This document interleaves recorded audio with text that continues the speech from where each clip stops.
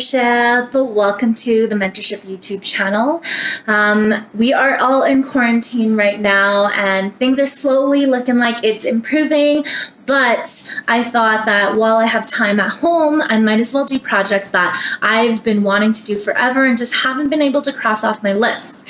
So with that being said, I brought you all on a quick journey with me to gather some of my leaves, my little leaves, that I want to be pressing and framing in a little bit. So the first step of this little project is you got to go around and you just collect your little leaf friends. So I don't know why I do that. Am I just really old? Are cameras just like naturally focused nowadays? Anyways, so you go around and you collect some of these leaves. You can collect them. I have 100 million houseplants in my place, as you all saw. But you can also collect these leaves from nature, and it's free and it's easy. Or if you have other plant lady or plant men friends out there, maybe they can spare a couple of these babies for you to try this project. Anyways, so some of the things that I got not only my houseplants, my tropical houseplants, I also got a few herbs from my garden. So a couple of the things I got, this one is a pothos plant. Looks like this. It's got beautiful round, shiny leaves, and they have beautiful coloring on them. You can see. They're really nice. Lots of people have this. This is a very, very common houseplant. So if you're interested in growing or trying to grow houseplants and you've always killed plants, this is a really great beginner plant to try. So I got one of those. And in the same family, I have this one. And this one is called a marble queen pothos. So this is a golden pothos. And this one, same family, is a marble queen. The leaves, you'll notice, are a little bit more white and green. This one, a little bit more gold and green. So those are the two that I got for those. I also have a neon one. Actually, I'm gonna go grab the neon one.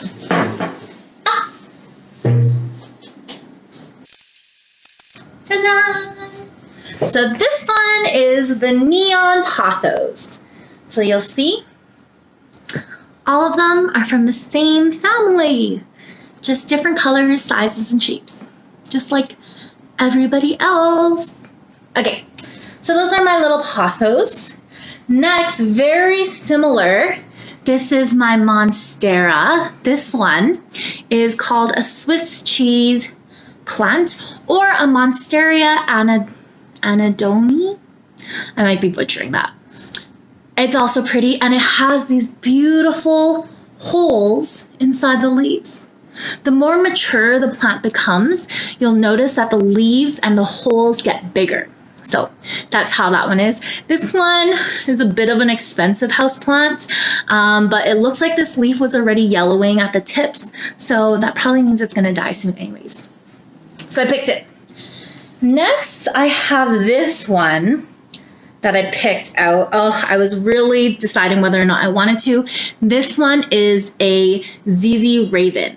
So this, you'll notice the leaves are black, and you'll notice in my video before, they start kind of like this dark green color with like black veins.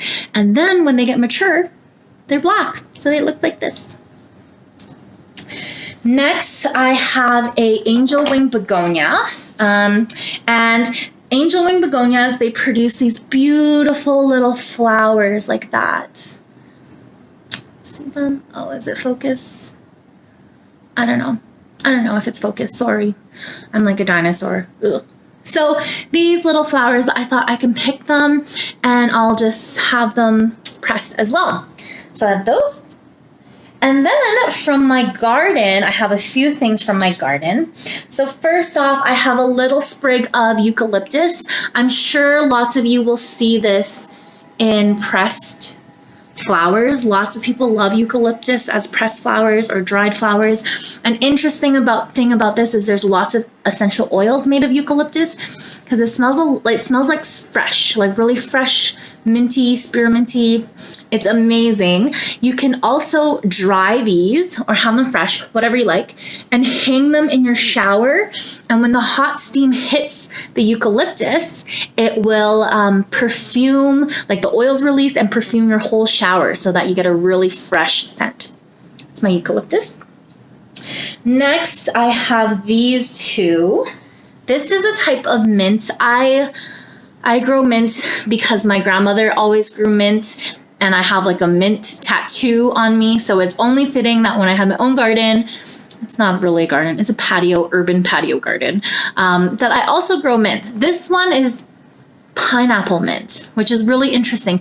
It has a very fragrant pineapple mint scent. Next, after that, I have these. These are thyme, whatever you want to call them. It's thyme, and it looks like this. It's super cute. They have these really beautiful leaves, and the leaves actually taste lemony. It smells like herby, but it tastes like lemony. So very interesting herb to have. We cook a lot of meat with this, and sometimes I'll bake with it too. So if you're baking like savory things, it's like really nice to add this. Last little guy, I picked this one. My friend Dixie actually introduced this mint to me, but it's called chocolate mint, and it smells like After Eight chocolates. Do you know After Eight's chocolates? Like mint chocolate. That's what it smells like. It's a mint chocolate. It's a chocolate mint plant. So how cool is that? And you'll see that even though these are both mint, they are completely different. I don't know if it's focused. It's just focused on my face. Cool. And the very last thing I was struggling to pick, and you all saw me, this is my little olive plant.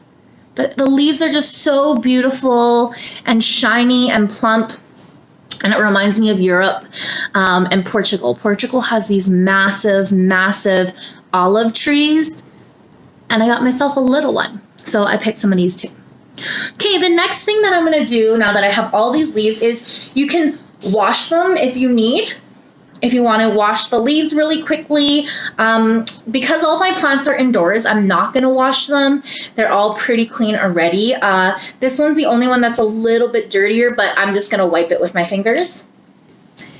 Next, you're going to get a book or a journal, or this is a magazine, and you're going to want to pick one that you don't use anymore, that you're not going to miss, because you're going to use the pages within your magazine. This one's actually my partner's. I don't think he needs them anymore. Because they've been sitting there for like a year and I haven't seen him touch it. So I'm going to use it. So I use some of that. And then I also use just some tissue paper, or what is this called? I don't know what this is called. This type of paper. Whatever it's called. And you can use newspaper if you want. But what it is, it just sucks the moisture. So it'll absorb the moisture from your plants so that they dry without rotting. Because if there's moisture for too long, it will rot, and you don't want that to happen. So what I'm going to do is I'm going to open up one of the pages. I'm so sorry if there's like car fans out there, because this is a car magazine and it's really nice, but I don't think he needs it. So I'm going to use it. And yeah, the pages, so when you get your book wet, you know how the pages get a little bit like, they like are no longer straight and they don't lie flat anymore? That's what's going to happen to your paper. So make sure you do not need this book after you're done with it. So yeah, like this. And I'm going to grab my little tissue and I'm going to lay my leaf like this, all in the tissue, like so. So I'm going to lay them out and then I will show you. Okay, so I've laid out all of my little plants like so. You don't want them touching and you don't want them to overlap each other like that, because when it starts drying, you're not going to have the best results because you want it to be as flat as possible. So you'll see it like that. And you don't want to overcrowd it either, right? So what I could do, if I really wanted to, I could add a few of my flowers in like this. But it's not necessary. You don't want to overcrowd it too much and it will like change your effect. Yeah, I'm just going to go to a next page. So what you're going to do after you've laid them out is you want to press them down like so, and you want to push them down pretty hard so that it lays flat. I'm filming with one hand, so I can't really do it well, but what you do is you're going to lay it down like this, you're going to push it down flat, and then you're going to move to the next page. And then you're going to do it all over again until all of your little pieces are hidden in the pages of the book. So I'll be right back. Okay, I'm back with my second sheet. So I've laid down my mints and my flowers and my thyme. I'm just going to grab another little piece of tissue and lay it down. One trick is however you want them to dry, that's how you lay them down. So for mine, in this pineapple mint, you can see little flecks of yellow, and I think it's so pretty. So I've laid them out like that so that when it dries, it's really brittle, so I don't have to mess with the leaves. It will just dry like that. Same with my flowers. I really wanted my flowers, these ones, to be open, so I've laid them out open. And same with my thyme. So now I'm going to put my second sheet on top, like so, very carefully, making sure to press down as I'm doing it, and you're going to hear a lot of crunching, but that's just part of it. So once that's all done, it's going to look like this, and I'm just going to actually just fold my book over, like that. I'm going to use my other hands to tuck it in. Oh no, I gotta use two hands. Okay, so I am done. I'm done. I folded everything into my book and it's pressed in, and you'll see that the pages are a little full. You'll notice where all the flowers are pressed. So now I'm gonna go put this underneath a bunch of weight. You can do a bag of rice, you can do a bunch of books, you can do shoe boxes, you can do whatever you want, as long as the weight is evenly placed across your book. I wouldn't put like one soup can here and like two boxes of chips here. Like it's not going to give you the best results. So what you really want to do is you want something even that you could put all across here. And we're going to wait. I think it's pretty dry in Calgary and it's pretty dry in my apartment. So I'll probably wait about a week and then we'll check back to see what they look like. So I'll see you then. Bye. Okay, everybody, it's been 1 week since we started our Press Flowers, Press Herbs, and Press Leaves project, and we are ready to do the reveal today. So we're gonna get going. And it is done. Here we go.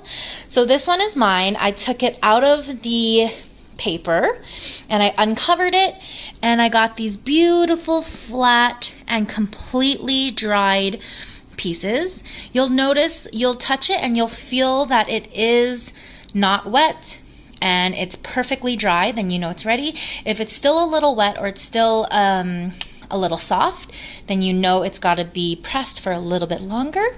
So here is mine. Once you take it out, I got this frame from Dollarama for $3, and it's backless. So you can arrange your leaves and your flowers in the design that you want, and then frame it, and there you go. You have a completed project that you brought nature into your home. You can frame it, you can give it to a friend, a family member, and it's completely made by you. I wanted to show you another example. So I have this other one. It's very similar, but this local artist pressed flowers and different leaves and a giant eucalyptus. She made this one, and I bought it from her from a local market collective for $50. And this one we made over here was $3 plus the flowers and everything. So give it a try. You can definitely do it. It's super easy, it's affordable, and it's something to do while we're in quarantine. Good luck.